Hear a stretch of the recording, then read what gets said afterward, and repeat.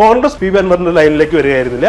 P V Anvar Congress പറഞ്ഞൊരു political പൊസിഷനിലേക്ക് ഇങ്ങോട്ട് വരികയാണ് ചെയ്തത്. P V Anvar basically he's a shady character. ഇന്ന് കാലത്ത് ബ്രേക്കിംഗ് ന്യൂസ് കൊടുത്താൽ വൈകുന്നേരം ആകുമ്പോൾ അൻവർ മുന്നണിയിൽ എത്തുമെന്ന് ആരും കരുതേണ്ട. ബിജെപിയുടെ ഈ വളർച്ച കോൺഗ്രസിന്റെ സാധ്യതകൾക്ക് മങ്ങലേൽപ്പിക്കും 2026 എന്ന് പറഞ്ഞു.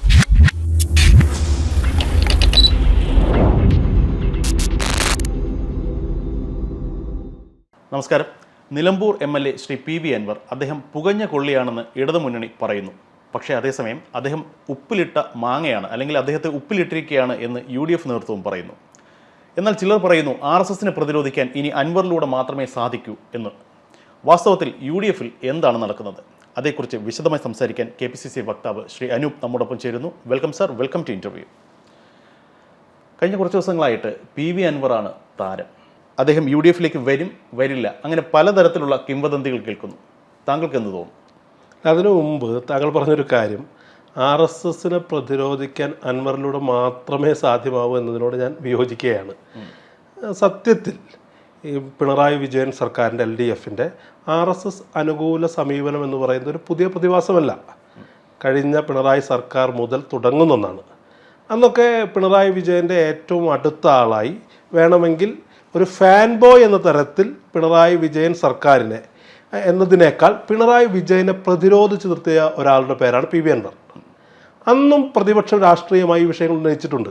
കേരളത്തിലെ DGPമാരുടെ നിയമനം, പോലീസിൻ്റെ സംഘപരിവാർ സമീപനം, ഇത്തരം വിഷയങ്ങളിലൊക്കെ കൃത്യമായി കേരളത്തിലെ പ്രതിപക്ഷം UDF കൃത്യമായി പിണറായി വിജയൻ സർക്കാരിനെതിരെ നയനിലപാടുകൾ എടുക്കുമ്പോൾ അതിനെയൊക്കെ പ്രതിരോധിച്ച് ഒരു മനുഷ്യക്കോട്ട പോലെ നിന്ന ഒരാളാണ് പി വി അൻവർ. ഒരു പ്രത്യേക ഘട്ടത്തിൽ പി വി അൻവർ ആ വിഷയവുമായി ഈ ഒരു പിണറായി വിജയനുമായി തെറ്റുന്നു. അപ്പോൾ അദ്ദേഹം ഇന്നലകളിൽ കോൺഗ്രസ് അടക്കം ഉന്നയിച്ചിരുന്ന രാഷ്ട്രീയ ആരോപണം ഏറ്റെടുക്കുകയാണ്. ഇതിൻ്റെ അർത്ഥം കോൺഗ്രസ് സ്വീകരിച്ചിരുന്ന ഒരു പൊസിഷനിലേക്ക് അൻവർ എത്തുകയാണ്. അൻവർ പുതുതായി ഒരു പൊസിഷൻ സ്വീകരിക്കുകയോ അതിലേക്ക് കോൺഗ്രസ് എത്തുകയോ അല്ല. ആ യാഥാർത്ഥ്യം നമ്മൾ മനസ്സിലാക്കണം. ഇപ്പോൾ കുറച്ച് നാളുകളായി ചില മാധ്യമങ്ങളെങ്കിലും സൃഷ്ടിക്കുന്നൊരു പ്രതീതി എന്ന് പറയുന്നത് Pinarayi Vijayan versus P V Anvar എന്ന നിലയിലേക്കാണ്. പിണറായി വിജയൻ എതിർക്കുന്നത് പി വി അൻവറാണ്. പി വി അൻവർ പോലും പറയുന്നത് എന്താ, ഇവിടെ മുന്നണികൾ തമ്മിൽ അന്തർധാരയുണ്ട്, ഞാനാണ് പിണറായി വിജയനെ എതിർക്കുന്നത്. യഥാർത്ഥ പ്രതിപക്ഷം എന്ന നിലയ്ക്ക് ഈ സമീപകാലത്ത് പോലും CPM വിട്ടതിന് ശേഷം പോലും പിണറായി വിജയൻ ഒരു സ്റ്റാൻഡ് എടുക്കുന്നുണ്ട്. ആ സ്റ്റാൻഡ് ശരിയല്ല.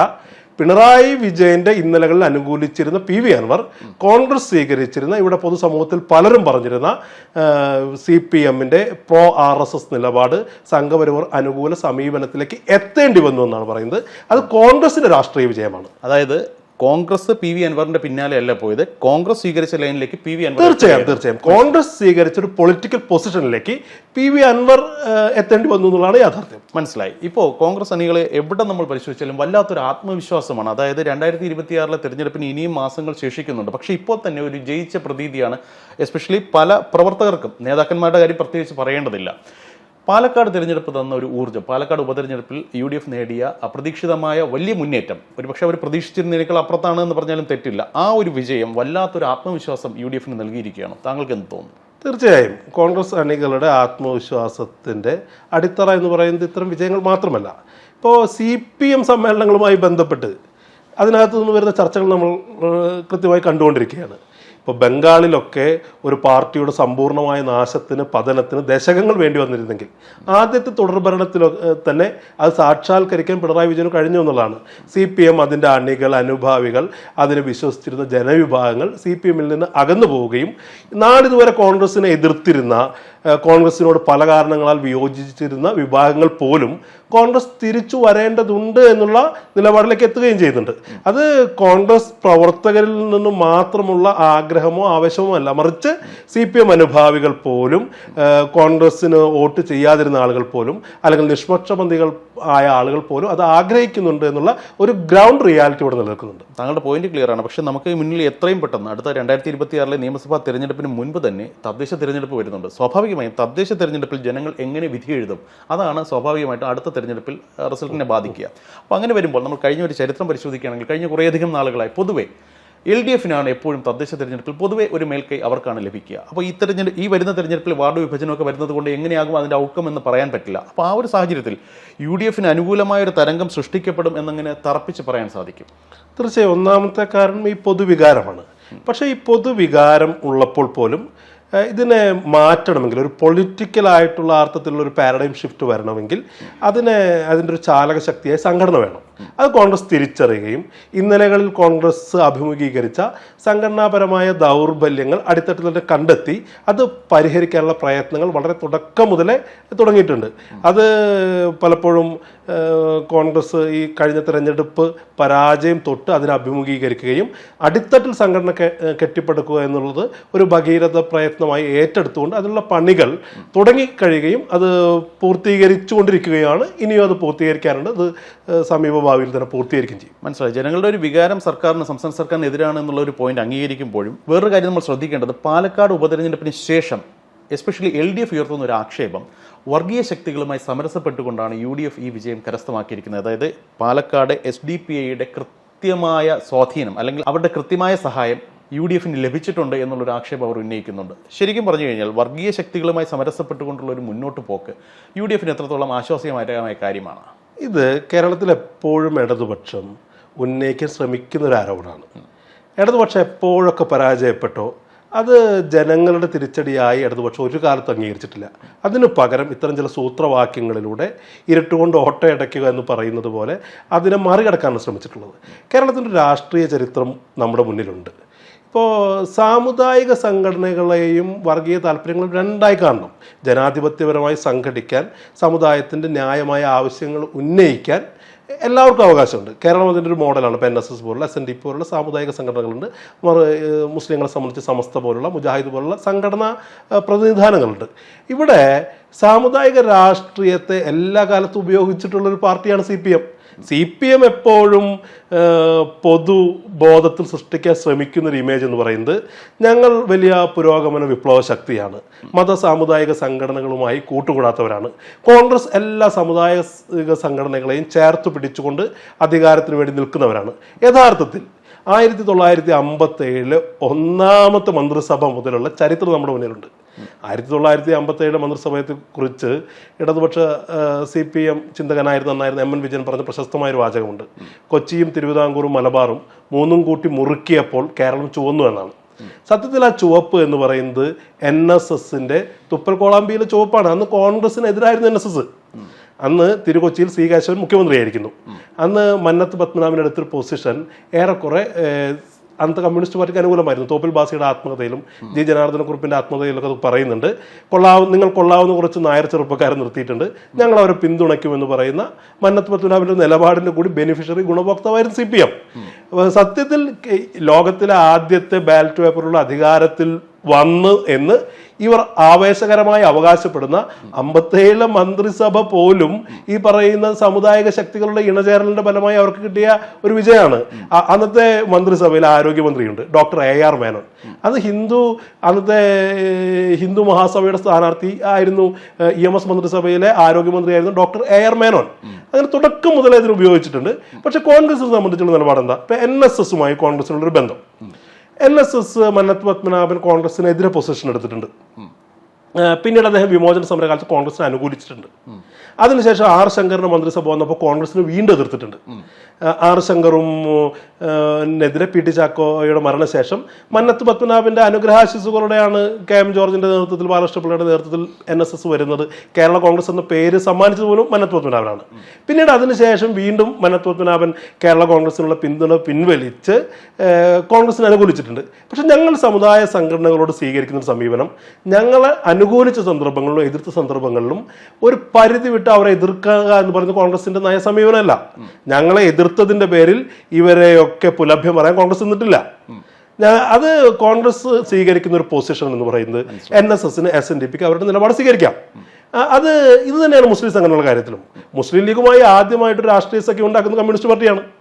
അപ്പോൾ പിന്നീട് കോൺഗ്രസ് സഖ്യം ഉണ്ടാക്കുമ്പോൾ കോൺഗ്രസിൻ്റെത് വർഗീയതയും ഞങ്ങൾ ഏർപ്പെടുമ്പോൾ ഇതൊക്കെ സ്വർഗീയവും ആകുന്ന ഒരു ഇരട്ടതാപ്പുണ്ട്. ഇപ്പൊ ജമാഅത്തെ ഇസ്ലാമിയെ നിരന്തരമായി കുറ്റം പറയുന്നു. ജമാഅത്തെ ഇസ്ലാമി ആദ്യം രാഷ്ട്രീയത്തിൽ സ്വീകരിച്ച പൊസിഷൻ വോട്ട് ചെയ്യാൻ പാടില്ല എന്നുള്ളതായിരുന്നു. പിന്നീട് അവർ വോട്ട് ചെയ്ത ഘട്ടത്തിൽ വോട്ട് ചെയ്ത് തുടങ്ങുന്നത് ഇടതുമുന്നണിക്കാണ്. നിരന്തരം ഇടതുമുന്നണിക്ക് വോട്ട് ചെയ്ത ആളുകളാണ്. ദേശാഭിമാനി മുഖപ്രസംഗം എഴുതിയിട്ടുണ്ട്. ജമാഅത്ത് ഇസ്ലാമിയുടെ പിന്തുണ സ്വീകരിച്ചു അവർ അഭിനന്ദിച്ചുകൊണ്ടും. പിണറായി വിജയൻ നിലപാടുള്ള പ്രസ്ഥാനമാണെന്ന് പറഞ്ഞിട്ടുണ്ട്. പക്ഷെ കഴിഞ്ഞ കുറച്ച് നാളുകളായി ഇന്ത്യൻ സാഹചര്യത്തിൽ BJP വളർച്ച ശക്തി പ്രാപിക്കുന്നു എന്ന് പറഞ്ഞുകൊണ്ട് നിരുപാധികം കോൺഗ്രസിനെ പിന്തുണയ്ക്കാനുള്ള ഒരു പൊസിഷൻ അവർ സ്വീകരിക്കുമ്പോൾ അവർ വർഗീയവാദികളായി മാറുന്നത് എങ്ങനെയാണ്? ഇവരുടെയൊക്കെ പിന്തുണ സ്വീകരിക്കുകയും രഹസ്യമായും പരസ്യമായും സ്വീകരിക്കുകയും ഒരു ഭാഗത്ത് ചെയ്യുന്നു. എന്നാൽ കോൺഗ്രസിനോട് ഏതെങ്കിലും സാമുദായിക ശക്തികൾ അത്തരത്തിൽ പിന്തുണ പ്രഖ്യാപിക്കുമ്പോൾ അതിൻ്റെ അർത്ഥം എന്താ? ഒരു പാർട്ടിയുടെ രാഷ്ട്രീയ ചാരിത്രം തീരുമാനിക്കുന്നത് ഞങ്ങളാണ്.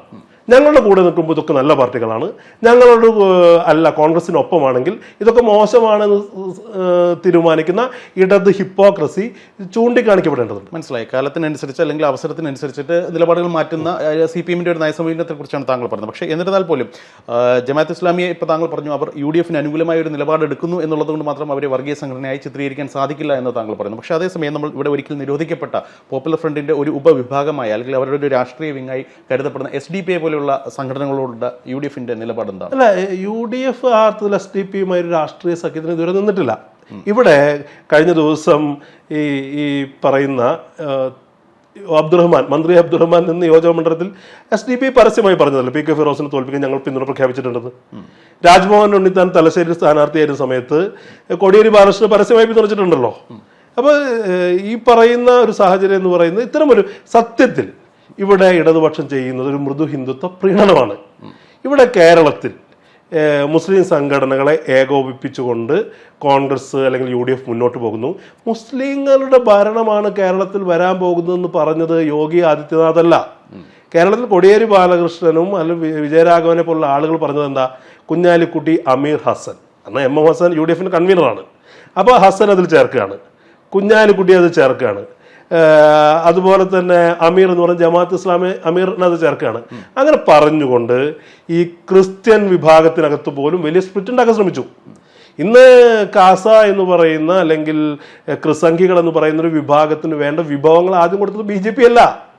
ജോസ് കെ മാണി ഉൾപ്പെടെയുള്ള ആളുകൾ LDF-ന്റെ ഭാഗമായി നിൽക്കുന്ന സമയത്ത് കേരളത്തിലെ ന്യൂനപക്ഷങ്ങൾ എന്ന് പറഞ്ഞാൽ കേരളത്തിലെ UDF-ന് മുസ്ലിങ്ങൾ മാത്രമാണെന്ന് പറഞ്ഞുകൊണ്ട് അങ്ങനെ എക്കാലത്തും കേരളത്തിലെ UDF-ന്റെ കോൺഗ്രസിന്റെ അടിത്തറയായ ക്രിസ്ത്യൻ വിഭാഗത്തെ ഇവിടെ നിന്ന് അറുത്തുമാറ്റുക എന്ന ലക്ഷ്യത്തോടു കൂടി കേരളത്തിന്റെ സോഷ്യൽ ഫാബ്രിക്കിനെ പോലും ബാധിക്കുന്ന തരത്തിൽ ഒരു പോളറൈസേഷൻ ഉണ്ടാക്കുകയും അതിന്റെ വില ഇപ്പോൾ LDF പോലും കൊടുത്തുകൊണ്ടിരിക്കുകയാണ്. അപ്പോൾ ഇത്തരം ഒരു വിഭജനത്തിന്റെ രാഷ്ട്രീയം, ഒരു ഡിവൈഡ് പൊളിറ്റിക്സ് കേരളത്തിനകത്ത് CPM കൊണ്ടുവരുന്നു എന്നുള്ളതാണ്. അത് ഈ പറയുന്ന കോൺഗ്രസിനെ ദുർബലപ്പെടുത്താനാണ്. പക്ഷെ അത് കോൺഗ്രസിനെ ദുർബലപ്പെടുന്നതിൽ പരിമിതപ്പെടില്ല. നാളെ LDF-ഉം ദുർബലപ്പെടും. കേരളത്തിന്റെ മതേതര സ്വഭാവത്തെ തന്നെ ദുർബലപ്പെടുത്തുന്ന തരത്തിലേക്ക് അത് മാറുകയാണ്. മനസ്സിലായി, പോയിന്റ് ക്ലിയർ ആണ്. ഇപ്പോൾ എന്തൊക്കെ തന്നെ സംഭവിച്ചു കഴിഞ്ഞാൽ കേരളത്തിലെ സമകാലിക സാഹചര്യത്തിൽ ഒരു മാറ്റം അനിവാര്യമാണ്. ആ മാറ്റത്തിന് വേണ്ടിയിട്ട് ആകുന്നത്ര ശക്തി സംഭരിക്കുക, ആവുന്നത്ര നേതാക്കന്മാരെ കൂടെ കൂട്ടുക എന്നുള്ളൊരു നയസമീപനത്തിലേക്കാണ് UDF ഇപ്പോൾ പോയിക്കൊണ്ടിരിക്കുന്നത്. അപ്പോൾ അങ്ങനെയാണെങ്കിൽ നമ്മൾ നേരത്തെ പറഞ്ഞതുപോലെ ശ്രീ PV അൻവർ അദ്ദേഹം അധികം വൈകാതെ UDF-ലേക്ക് വരും അല്ലെങ്കിൽ വന്നു കഴിഞ്ഞു എന്ന് തന്നെ വിലയിരുത്തപ്പെടുന്നുണ്ട്.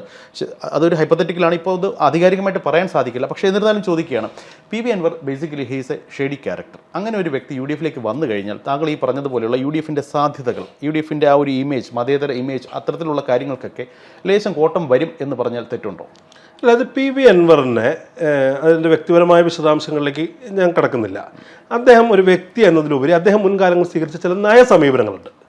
അദ്ദേഹം തന്നെ ഒരു ഘട്ടത്തിൽ പിണറായി വിജയനെ കലവറയില്ലാതെ പിന്തുണയ്ക്കുകയും പിണറായി വിജയനെ പിണറായി വിജയനെ എതിർക്കുന്ന ആളുകളെ വ്യക്തിപരമായി അധിക്ഷേപിക്കുന്ന ഒരു പ്രത്യേക രാഷ്ട്രീയ ശൈലി കൊണ്ടു നടന്നിരുന്ന ഒരാളാണ്. അദ്ദേഹമാണ് കോൺഗ്രസ് പറഞ്ഞൊരു പൊസിഷനിലേക്ക് പിണറായി വിജയൻ തള്ളിക്കൊണ്ടുവരുന്നത്. ഞാൻ വളരെ തുടക്കത്തിലേ പറഞ്ഞു, കോൺഗ്രസ് PV അൻവറിന്റെ ലൈനിലേക്ക് വരികയായിരുന്നില്ല. PV അൻവർ കോൺഗ്രസ് പറഞ്ഞൊരു പൊളിറ്റിക്കൽ പൊസിഷനിലേക്ക് ഇങ്ങോട്ട് വരികയാണ് ചെയ്തത്.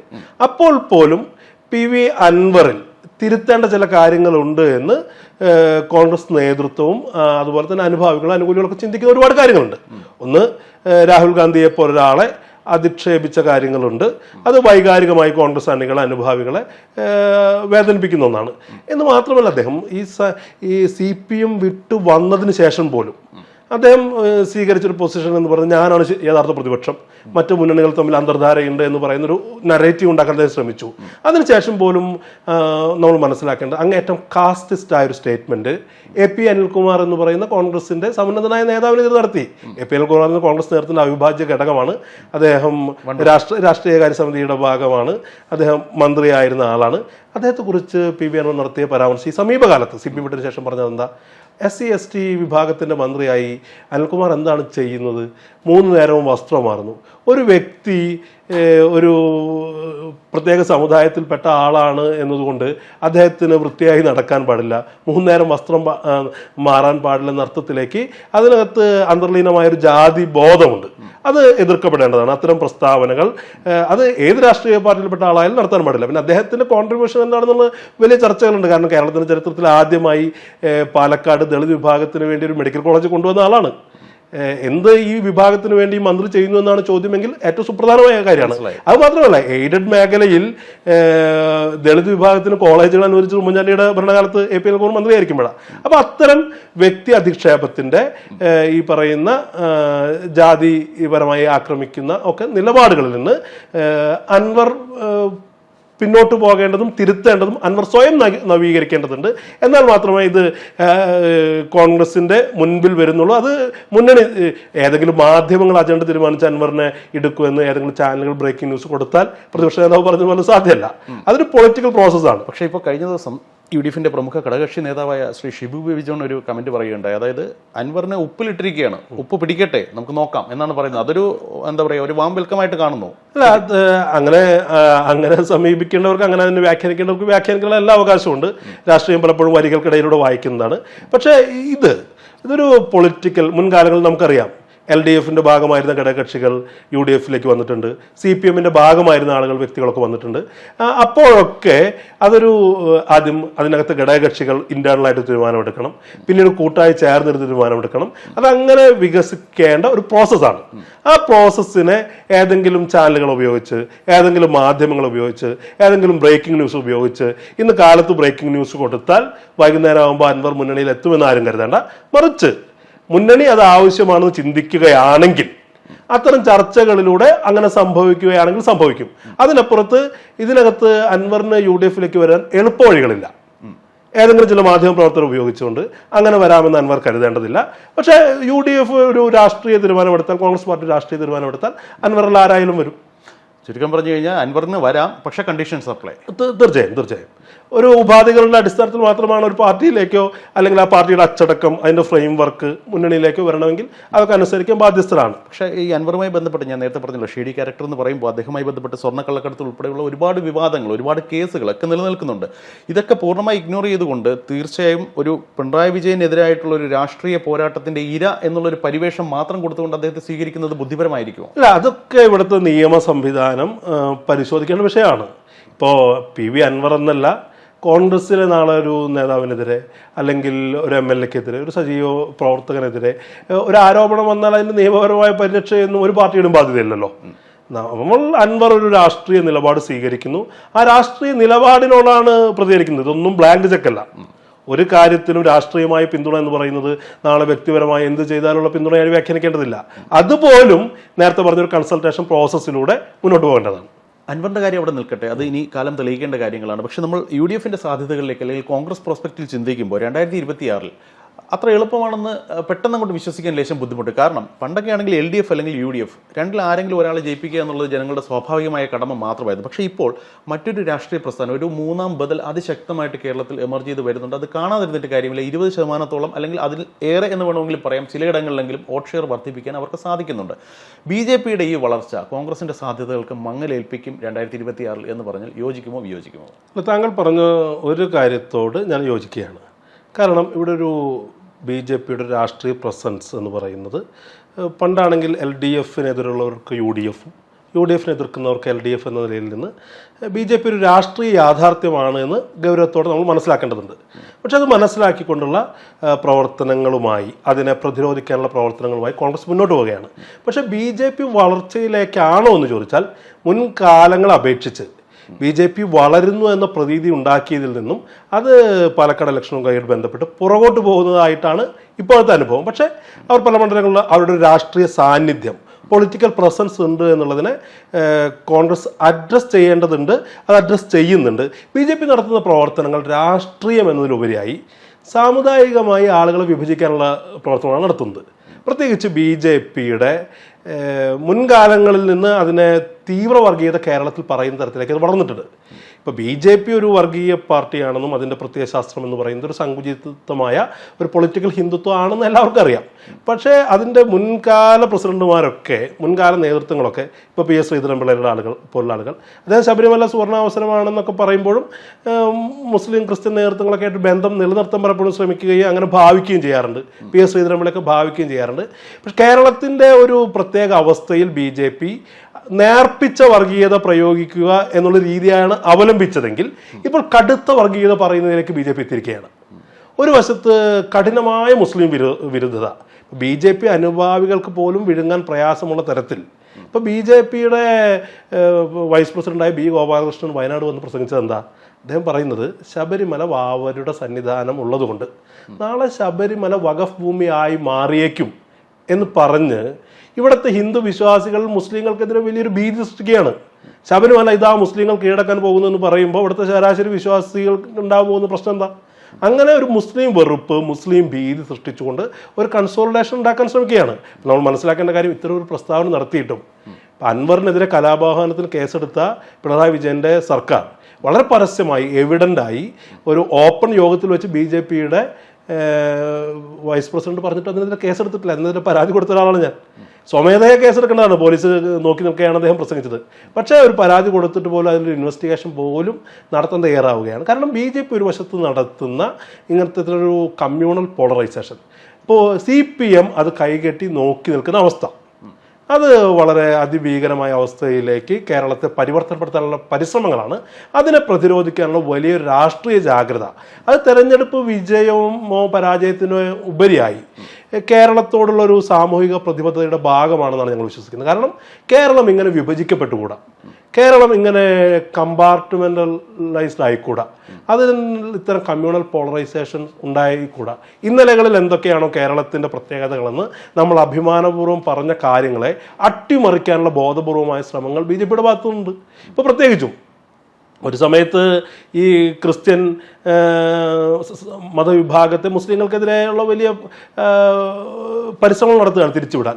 അതേ സമയത്ത് തന്നെ ക്രിസ്മസ് കരോളുമായൊക്കെ ബന്ധപ്പെട്ടുണ്ടാകുന്ന പല ഭാഗത്തുണ്ടാകുന്നത് നമ്മൾ കണ്ടു കഴിഞ്ഞു. ഇപ്പം കേരളത്തിൽ സത്യത്തിൽ നിലയ്ക്കൽ സമരകാലം തൊട്ട് ക്രിസ്ത്യാനികൾക്കെതിരെ ഒരു നിലപാടെടുത്ത അത്തരം പരിശ്രമങ്ങൾ ഉണ്ടായിട്ടുണ്ട്. അന്ന് അതിനെ പ്രതിരോധിച്ചത് K. കരുണാകരനാണ്. കോൺഗ്രസ്സിലെ ഒരു K. കരുണാകരനൊക്കെ കേരളത്തിനകത്ത് പ്രയോഗിച്ചൊരു രാഷ്ട്രീയം വളരെ കൃത്യമാണ്. അദ്ദേഹം ഒരു വിശ്വാസിയായിരുന്നു. എല്ലാ മാസവും 1-ാം തീയതി ഗുരുവായൂരിലേക്ക് വരുന്നു. അതേസമയം തന്നെ പോകുന്ന വഴിക്ക് ബിഷപ്പ് കുണ്ടുകുളത്തെ കാണുന്നു. മുസ്ലിം സമുദായ നേതൃത്വവുമായി സമാനതകളില്ലാത്ത ബന്ധം കാണുന്നു. ഒരു സമ്പൂർണ്ണ ഹിന്ദു വിശ്വാസിയായി കേരളത്തിൽ ഏത് ഒരാളോടും ഗുരുവായൂരപ്പൻ്റെ ഏറ്റവും വലിയ ഭക്തനെന്ന് ചോദിച്ചു കഴിഞ്ഞാൽ, പഴയ തലമുറ പൂന്താനവും മേൽപ്പത്തൂരും ഒക്കെ കഴിഞ്ഞാൽ ഒരു ശരാശരി മലയാളിയുടെ മനസ്സിലുള്ള ബിംബം എന്ന് പറയുന്നത് K. കരുണാകരനാണ്. എല്ലാ 1-ാം തീയതി വരുന്ന, നിർമ്മാല്യം തൊഴുന്ന, ജ്ഞാനപ്പാന ചൊല്ലി ദിവസം തുടങ്ങുന്ന ആ കരുണാകരൻ ഇവിടെ തീർത്തും വലിയ പ്രതിരോധമുണ്ട്. പക്ഷേ ഇവിടെ ഹിന്ദു സമം BJP എന്ന നിലയിലേക്ക് കാര്യങ്ങളെ എത്തിക്കാനുള്ള വലിയ പരിശ്രമങ്ങൾ നടക്കുകയും അത് അപരമത വിദ്വേഷത്തിലേക്ക് എത്തിക്കുന്നു എന്നുള്ളതാണ്. യഥാർത്ഥ വിശ്വാസികൾ ആയിക്കൊണ്ട് തന്നെ എങ്ങനെയാണ് ഇതര മതങ്ങളുമായുള്ള സഹിഷ്ണുതയുള്ള ജീവിതം സാധ്യമായിരുന്നെങ്കിൽ ഇന്നത് ഒരു അപരമത ഉദ്ദേശത്തിന് ഉപയോഗപ്പെടുത്തുന്നു. അത്തരം പരിശ്രമങ്ങളെ പ്രതിരോധിക്കാനുള്ള ബാധ്യത കോൺഗ്രസിന് മാത്രമാണെന്ന് ഞങ്ങൾ കരുതുന്നില്ല. അതൊരു പൊതുസമൂഹത്തിന്റെ ബാധ്യതയാണ് കോൺഗ്രസ് ചെയ്യണം. മനസ്സിലായി. താങ്കളുടെ വാക്കുകളുടെ രത്ന ചുരുക്കം എന്ന് പറയുന്നത് BJP എന്തൊക്കെ കൺസോൾട്ടേഷൻ ഉണ്ടാക്കില്ല അതിനെല്ലാം അതിജീവിക്കാൻ അല്ലെങ്കിൽ മറികടക്കാനുള്ള ശേഷി കോൺഗ്രസിനുണ്ട് എന്ന് തന്നെയാണ്. തീർച്ചയായും അത് കോൺഗ്രസിന്റെ ശക്തി എന്നതിനേക്കാൾ ഉപരിയായി കേരളത്തിന്റെ ഒരു നന്മ കൂടിയാണ്. ഇത് അത്ര വർഗീയവൽക്കരിക്കാൻ ശ്രമിച്ചാൽ പോലും അതിനെ പ്രതിരോധിക്കാനുള്ളത് മലയാളിയുടെ ജീനിലുണ്ട് എന്നുള്ള വിശ്വാസമുണ്ട്. പക്ഷേ കോൺഗ്രസിനെ സംബന്ധിച്ചും കോൺഗ്രസ് ഇപ്പോൾ പോലും അതൊരു എല്ലാ വിഭാഗങ്ങൾക്കും ഉള്ളൊരു ഓപ്പൺ പ്ലാറ്റ്ഫോമാണ്. അതൊരു സങ്കുചിതത്തിന് ഇപ്പോൾ കേരളത്തിലെ UDF എന്ന് പറയുന്നത് എല്ലാ മതവിഭാഗങ്ങളുടെയും പ്രാതിനിധ്യം അതിനകത്തുണ്ട്, എല്ലാ സമുദായങ്ങളുടെയും പ്രാതിനിധ്യം അതിനകത്തുണ്ട്. കോൺഗ്രസ് ഒരു നേതൃ കക്ഷി എന്നുള്ള രീതിയിൽ കോൺഗ്രസിന് അതിനകത്തുണ്ട്. അപ്പോൾ കോൺഗ്രസ് ഒരേ സമയം വിശ്വാസികളെ ഉൾക്കൊള്ളുന്നൊരു പാർട്ടിയാണ്, അതേസമയം ഈ പറയുന്ന സങ്കുചിതമായ വിശ്വാസത്തിലൂന്നിയുള്ള വിഭജനങ്ങളെ കോൺഗ്രസ് അംഗീകരിക്കുന്നില്ല. താങ്കളുടെ പോയിന്റ് ക്ലിയർ ആണ്. ഏതായാലും ശ്രീ അനൂപുമായിട്ടുള്ള സംഭാഷണം തുടരുന്നതാണ്. നന്ദി.